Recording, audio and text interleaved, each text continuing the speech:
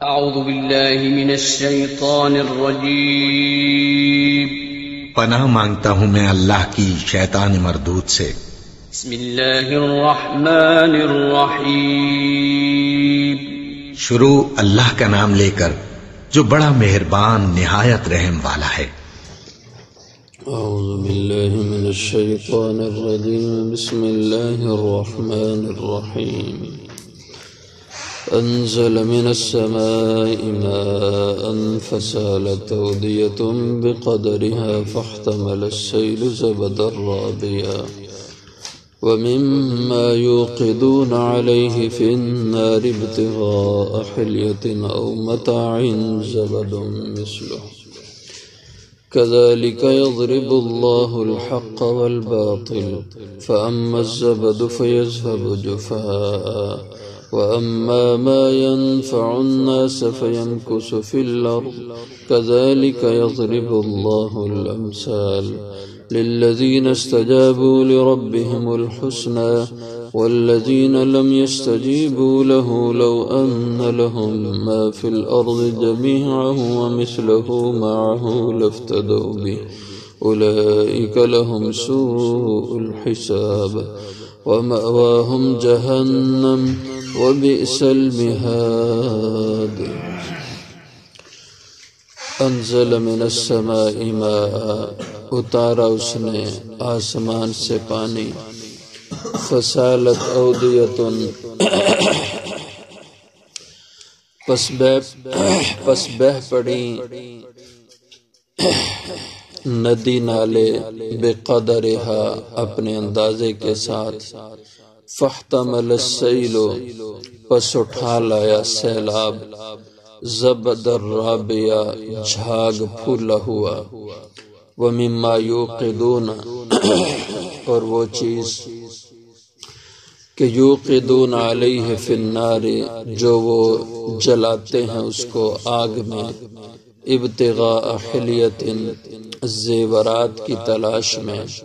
او متاعین یا سامان حاصل کرنے کو زبد مثلو تو اس پہ بھی جھاگ ایسے ہی ہوتی ہے کذالک یضرب اللہ الحق والباطل اس طرح بیان کرتے ہیں اللہ حق اور باطل کی فاما الزبد پس بہرحال جو جھاگ ہے فیذهب جفاء پس وہ چلی جاتی ہے خشک ہو کر وَأَمَّا مَا يَنْفَعُ النَّاسِ اور بہرحال وہ چیز جو نفع دیتی ہے لوگوں کو فَيَمْكُثُ فِي الْأَرْضِ پس وہ ٹھہر جاتی ہے زمین میں كَذَلِكَ يَضْرِبُ اللَّهُ الْأَمْثَالَ اس طرح بیان کرتے ہیں اللہ تعالی مثالیں للذین استجابوا ان لوگوں کے لیے جنہوں نے رب کی بات کو قبول کر لیا لربہم الحسنى ان کے رب کے ہاں اچھائی ہے بھلائی ہے والذین اور وہ لوگ لم یستجیبوا له جنہوں نے نہیں قبول کی اس کی بات لو ان لہم اگر بے شک ہو جائے ان کی ملک میں ما فی الارض جميعا جو کچھ زمین میں ہے سارے کا سارا ومثلہ معہ اور اس کے ساتھ اس جیسا اور لفتدوا بھی البتہ وہ فدیہ دیں اس کے بدلے میں اولئک لہم سوء الحساب وہی لوگ ہیں ان کے لیے برا حساب ہے ومأواہم جہنم اور ٹھکانہ ان کا دوزخ ہے وبئس المہاد اور برا ہے وہ ٹھکانہ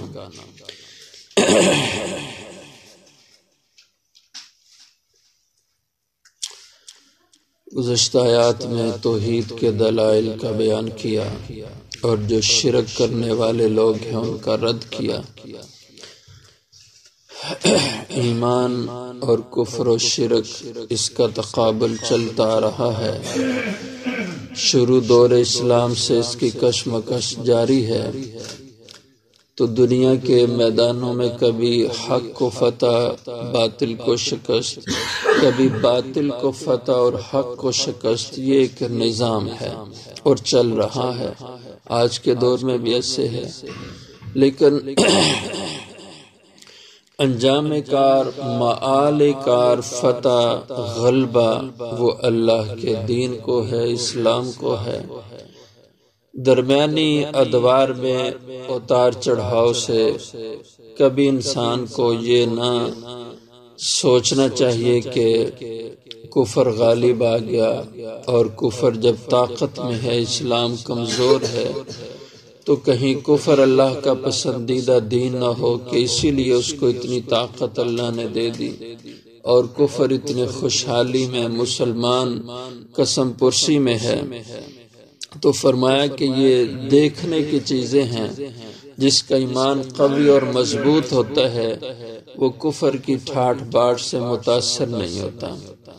اور جو کمزور ایمان کا ہے وہ کفر کی ٹھاٹھ باٹھ کو دیکھ کے متاثر ہو جاتا ہے، وہ حالات سے تاثر لے جاتا ہے۔ اس لیے ایمان قوی ہونا چاہیے، اور انسان کو وقتی اور ظاہری چیزوں سے متاثر نہیں ہونا چاہیے۔ تو اللہ تعالیٰ نے حق اور باطل کو ایک مثال سے سمجھایا۔ فرمایا جیسے تم دیکھتے ہو بارش ہوتی ہے، بارش سے جو ندی نالے ہوتے ہیں ان میں سیلاب کی سی کیفیت پیدا ہو جاتی ہے، دریاؤں میں پانی کا بہاؤ بڑھ جاتا ہے، اور جب سیلاب کی صورت پانی اختیار کرتا ہے تو پھر پانی پہ جھاگ آتا ہے، اور وہ جھاگ پانی پہ تیر رہا ہوتا ہے، اور یوں لگتا ہے کہ پانی پہ جو قوت اور غلبہ ہے وہ اسی جھاگ کو حاصل ہے، اور پانی کے نیچے کام کی چیزیں ہوتی ہیں، لوہا ہوتا ہے، تانبا ہوتا ہے، بعد سونے چاندی، جو بعض پہاڑی علاقے ہوتے ہیں ان میں سونا چاندی بھی پہاڑوں میں ہوتا ہے، تو ان ندی نالوں میں پانی کے نیچے وہ سونا چاندی بھی ہوتا ہے۔ سمندروں کے اندر پانی پہ جھاگ اور سمندر کی تہہ میں کتنی چیزیں کام کی ہوتی ہیں، مچھلیاں پانی کے اندر ہیں، اور ہیرے جواہرات پانی کی تہہ میں زمین پہ پڑے ہوئے ہیں، لیکن نظر صرف جھاگ آ رہا ہے، جو کام کی چیز ہے وہ نظر نہیں آ رہی، وہ پانی کی تہہ میں بیٹھی ہوئی ہے، لوہا، تانبا، سونا چاندی، ہیرے جواہرات۔ تو فرمایا اسی طرح کفر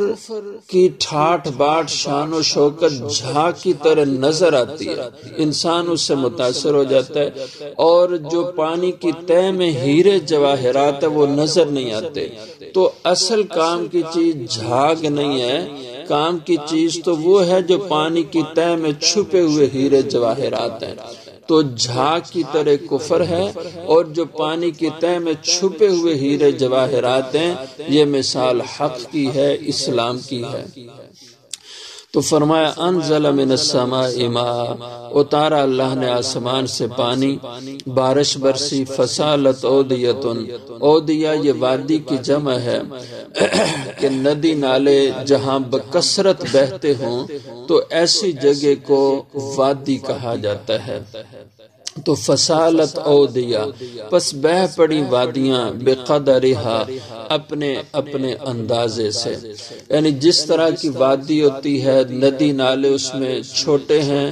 کم حجم والے ہیں تو ان میں پانی بھی کم ہوتا ہے، بڑے ندی نالے ہیں، دریا جیسے ہوتے ہیں تو ان میں پانی کا بہاؤ بھی زیادہ ہوتا ہے۔ تو سب ندی نالے بہ پڑے اس بارش سے، بقدرہا، اپنے اپنے اندازے سے،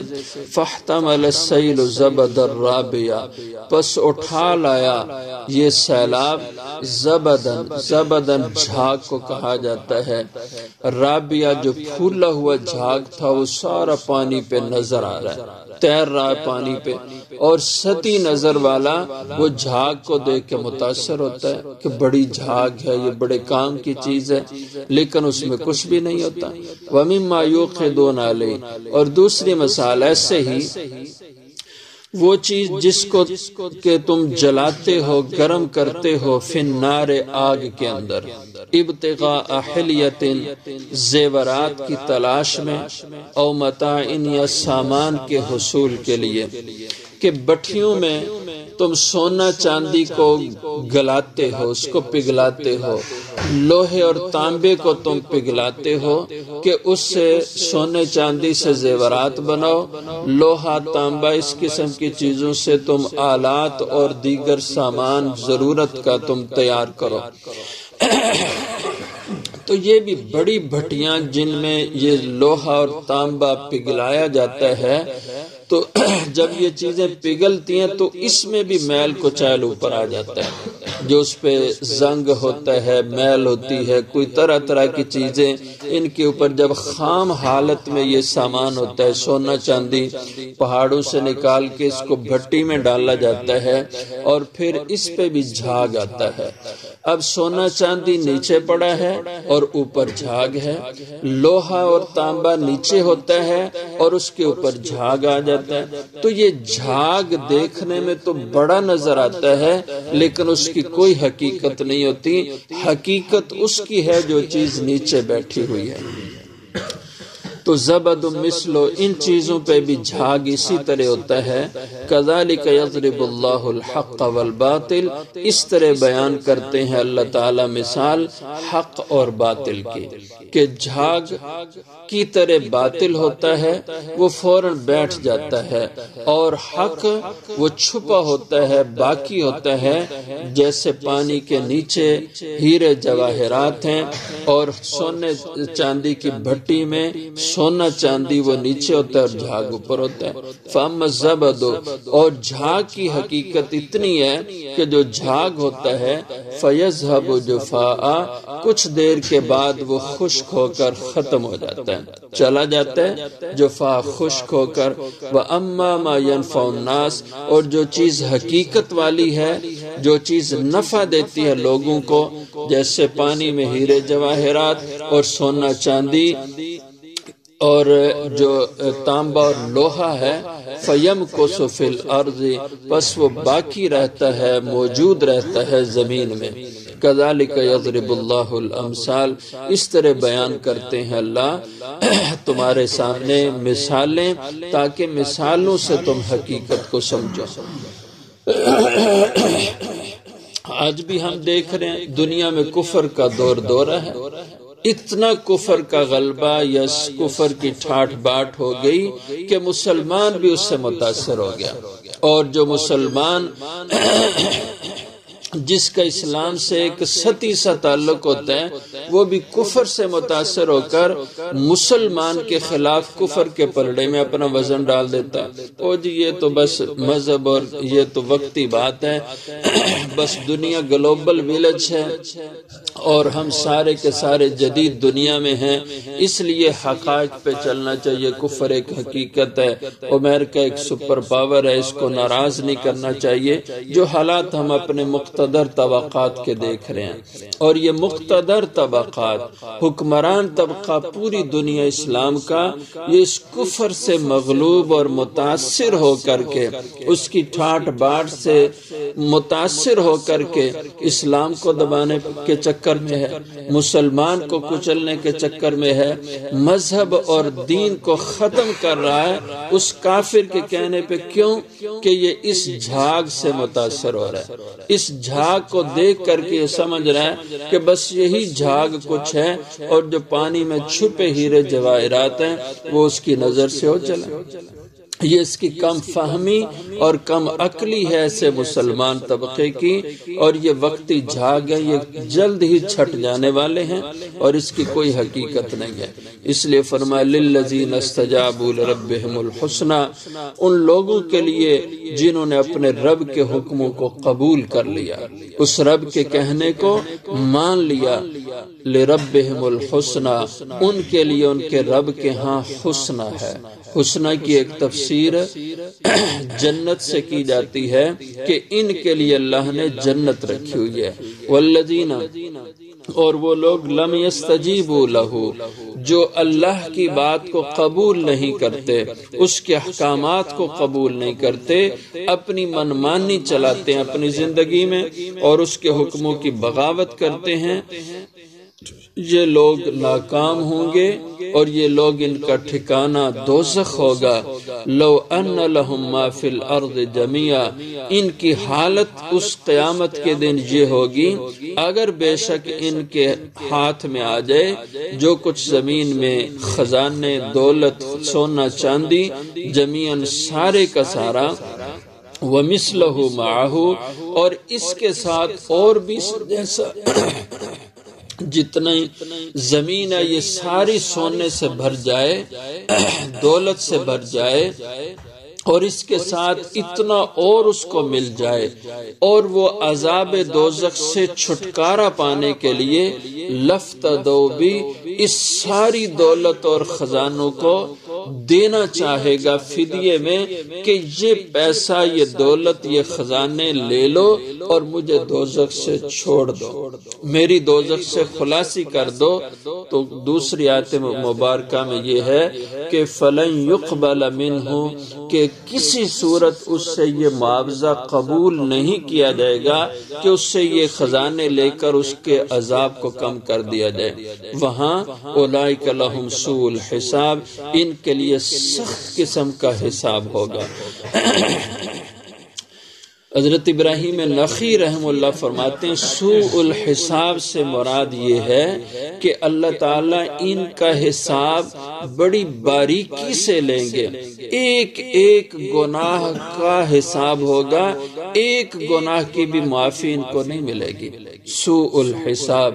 برا شدید قسم کا حساب ان لوگوں کا ہوگا۔ وَمَأْوَاهُمْ جہنم، اس سخت حساب کے بدلے میں ان کا ٹھکانہ دوزخ بنے گا، ان کے لیے کوئی چھوٹ نہیں ہوگی جنہوں نے بغاوت کی زندگی گزاری اور رب کی بات کو نہ قبول کیا۔ وَبِئْسَ الْمِہَادُ، اور یہ دوزخ بہت برا ٹھکانہ ہے، بہت بری جگہ ہے جہاں پر انسان کو رہنا پڑے گا۔